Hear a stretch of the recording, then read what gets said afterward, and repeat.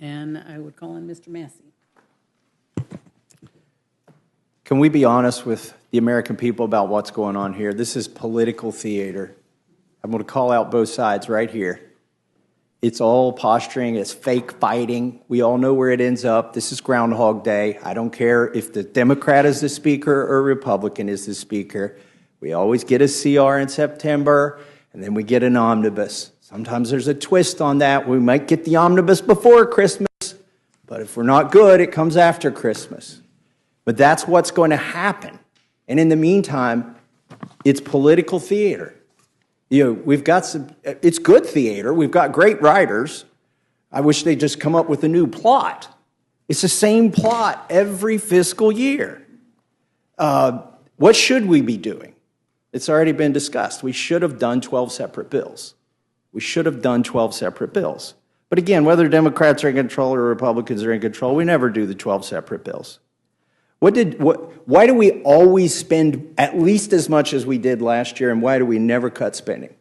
It's because Democrats want to grow the welfare state, and Republicans want to grow the military-industrial complex.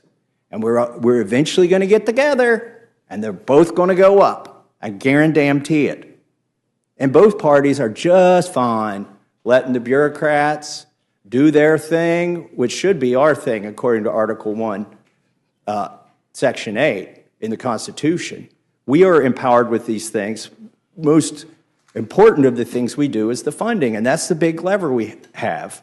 You know, I've sat through now almost 2 years of hearings in this Congress where we've exposed lies at the CDC, shortcuts at the FDA, unconstitutional gun bans at the ATF, over-prosecution of January 6ers at the DOJ, targeting common citizens at the FBI, spying by the NSA, illegal mandates for livestock by the USDA, targeting plant vaccine or transgenic plant vaccine at the NSF, and censorship, the censorship industrial complex of which the NSF is part of, automobile kill switch at the DOT. Now, these are all things I think most Democrats are just fine with, this kind of totalitarian state that the bureaucrats are pushing on us.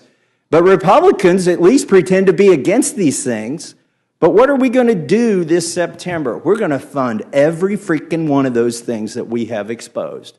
That is the tool that we have, is the funding. Why are we funding things we don't like? We don't have to. Well, it's because we're addicted to spending. And this doesn't do anything about the addiction at all. So let me touch on one point too here that I think is important. Is, you know, a couple years ago, or a summer and a half ago, I suppose now, we did something where we allowed the debt limit to be increased. But as a condition of that, we said if you do a CR that lasts past April 30th, everything's going to get cut 1%. And that, to me, seemed like at least a little tinge of fiscal responsibility was creeping in. But now I notice that this CR, instead of going 1 year and giving us time to do the 12 appropriations bills, is going to go 6 months. Now, let me tell you what's going to happen because this goes 6 months. Number one, it ends in March 28th, on March 28th. Well, the automatic cuts happen on April 30th if the CR went past that. So that is exactly why the Speaker chose a 6-month CR, is so we don't have even the chance, a threat to this town, it's a threat of a 1% cut. We don't want to even, this is like T-ball. The 1% cut is on the tee, and Republicans won't even swing at it.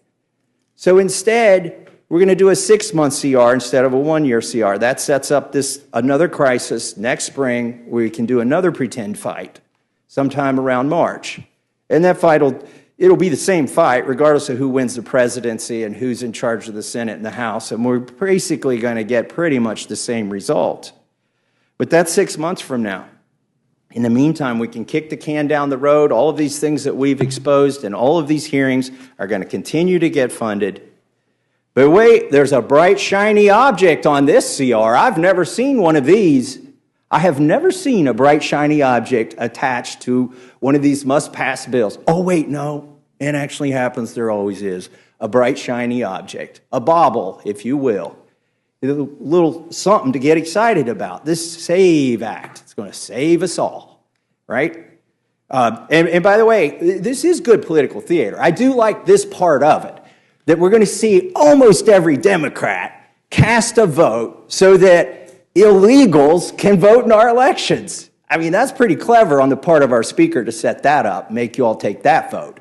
But here's what he's going to do after you take that vote. He's going to take it off. The bright, shiny object goes away. It's Lucy and the football again. And the American public is all revved up. Yeah, we're going to get to save it. We're going to save these elections.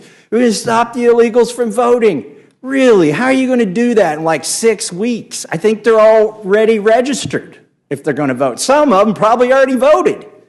This SAVE Act ain't going to save anything. And particularly because it ain't ever going to become law. It's a false promise to get all the Republicans half pregnant. And then you're going to get fully pregnant by the end of September when you vote for this CR. That is not going to have this, I mean, I hate to break this to you. I mean, the Democrats already know this. I'm not telling you anything special. I hate to break it to the Republicans. You ain't getting the SAVE Act. It is not going to stay on this bill. Why? Because we're going to cave. We're going to cave. Is it a fight worth having? Absolutely, it's a fight worth having. Make those Democrats say they want illegals to vote. Make them take that vote as many times as you can. And then make them go to the ballot box in November. But that's what it is. It's political theater, folks. We all know where it ends up. We've seen it. I've been here 12 years. I've seen it 12 times.